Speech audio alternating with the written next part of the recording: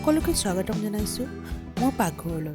মই আজি মানিমুনিৰ সৈতে মাছৰ জোল বনাব লৈছোঁ। এয়া হ'ল বৰ মানিমুনি, মিক্সিত মাৰি লৈছোঁ। মিক্সিত গুড়ি কৰি ধুনীয়াকৈ এটা বাটিত থৈ লৈছোঁ। এয়া মাছ, নিমখ হালধি সানি ধুনীয়াকৈ অলপ সময় থৈ লৈছোঁ। মাছখিনি, এয়া বইল আলু। মাছখিনি ধুনীয়াকৈ এয়া ৰঙচুৱাকৈ ফ্ৰাই কৰি লৈছোঁ।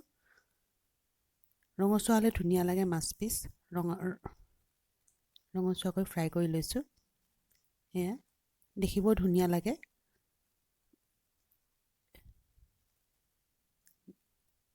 এয়া ফ্ৰাই কৰি আছোঁ। এতিয়া মই লাহেকৈ মাছ কেইপিচ নমাম। এয়া মাছ কেইপিচ নমাই লৈছোঁ।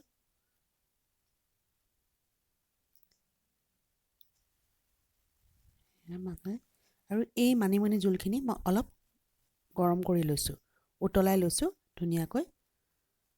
অলপ পানী দি পেলাই মানিমুনিৰ ৰসখিনি ধুনীয়াকৈ উতলাই লৈছোঁ। উতলালে চেণ্টটো নাথাকে, নহ'লে মানিমুনিৰ অকণমান এটা চেণ্ট এটা ওলায়, কেঁচেম গোন্ধ এটা আহে। সেইটো কাৰণে মই মানিমুনিখিনি উতলাই লৈছোঁ।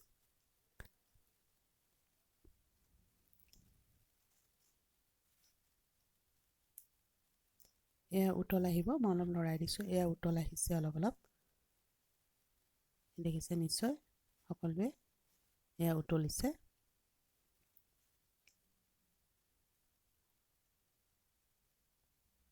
এয়া উতল আহি আছে মানিমুনিখিনি। এয়া মই বাতি এটাত কাঢ়ি ল'লোঁ মানিমুনিখিনি, উতলোৱা মানিমুনিখিনি কাঢ়ি ল'লোঁ। এতিয়া কেৰাহীখন গেছ অন কৰি গৰম কৰিম। কেৰাহীখন গৰম হোৱাৰ লগে লগে মই মিঠাতেল দিম। শাকৰ জোল মিঠাতেল বেছি ভাল হয়, সেইকাৰণে মিঠাতেল দিছোঁ। মিঠাতেলখিনি গৰম হৈছে আৰু গৰম হোৱাৰ লগে তেজপাত দিছোঁ। তেজপাত দুখিলা ছিঙি পেলাইছোঁ। এয়া পিঁয়াজ দিম। পিঁয়াজ কাটি থোৱা দুটা পিঁয়াজ কাটি লৈছোঁ। কাটি লৈ পেলাই পিঁয়াজখিনি ভাজিম। তেজপাত আৰু পিঁয়াজ একেলগে ভাজিম। ধুনীয়া চেণ্ট এটা ওলাব আৰু পিঁয়াজখিনিও ৰঙা হ'ব, ৰঙচুৱা হ'বলৈ দিম। ভাজি ভাজি পিঁয়াজখিনি ৰঙচুৱা হোৱাৰ লগে লগে মই নহৰু আৰু আদা বটা থৈ লৈছিলোঁ। পিঁয়াজখিনি ৰঙচুৱা হৈ আছে। এয়া ৰঙচুৱা হৈছে অলপ অলপ পিঁয়াজখিনি। এয়া মই নহৰু আৰু আদা বটা এতিয়া দিম। নহৰু আৰু আদা বটা দিম। 1 চামুচ, ডাঙৰ চামুচ এখনে 1 চামুচ নহৰু আৰু আদা বটা দিছোঁ। নহৰু আৰু আদা বটাৰ লগত পিঁয়াজৰ লগত সম্পূৰ্ণকৈ ভাজিছোঁ। যিমান ভাজিম ৰঙচুৱা হৈ তেলটো উপঙি আহিব, সেই তেলটো মই হালধি 1 চামুচ দিছোঁ। হালধি চামুচো লগতে ভাজিছোঁ। ভাজি এয়া দেখিছে নিশ্চয় ৰঙচুৱা হৈ গৈছে। ৰঙচুৱা হোৱাৰ লগে লগে মই বইল আলুখিনি মাখি লৈ পেলাই এয়া মই ভাঙি পেলাই ইয়াত দি দিছোঁ। বইল আলুখিনি ইয়াত দিছোঁ। বইল আলুখিনিও পিঁয়াজ আৰু নহৰু আদাৰ লগত সম্পূৰ্ণকৈ ভাজিম। গোটেইখিনি মিক্স হোৱাকৈ ভাজিম। এয়া ভাজি আছোঁ। এয়া আলুখিনি ভজা হৈছে। এতিয়া মই ইয়াত সোৱাদ অনুসৰি নিমখটো দিম। জোলৰ সোৱাদ সকলোৰে সোৱাদ অনুসৰি এয়া নিমখ দিছোঁ। নিমখ দিম। নিমখ দি পেলাই এইখিনি ধুনীয়াকৈ ভাজিম আকৌ। কালাৰটো ধুনীয়া আহিছে। এয়া ভাজিছোঁ।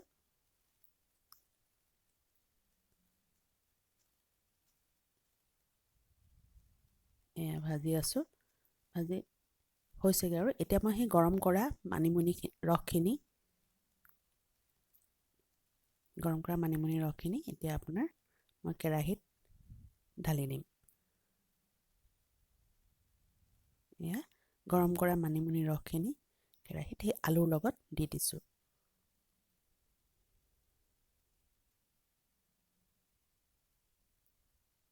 এতিয়া লৰাই দিছোঁ অলপ। এতিয়া গেছটো বঢ়াই দিম।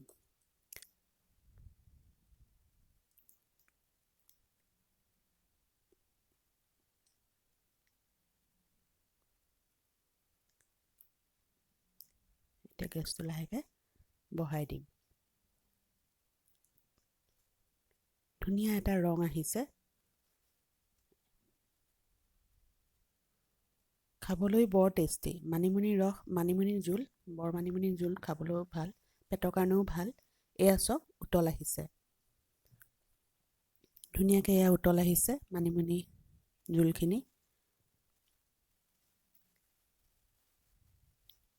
এয়া ধুনীয়াকৈ উতল আহিছে। এতিয়া মই ইয়াত জালুকৰ গুড়ি দিম। এয়া জালুকৰ গুড়ি দিছোঁ। জালুকৰ গুড়ি 1.5 চামুচ দি দিছোঁ। তাৰপিছত আকৌ উতলিব দিছোঁ জালুকৰ গুড়ি দি। এয়া উতল আহিছে। এতিয়া মই আপোনাৰ ভাজি থোৱা মাছ কেইপিচ ইয়াত দি দিম। উতলিছে, উতলিলত এতিয়া মই ভাজি থোৱা মাছ কেইপিচ দি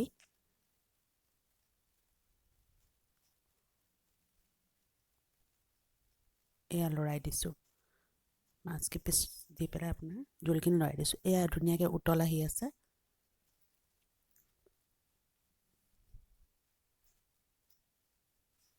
এয়া হ'ল মানিমুনিৰ মাছৰ জোল।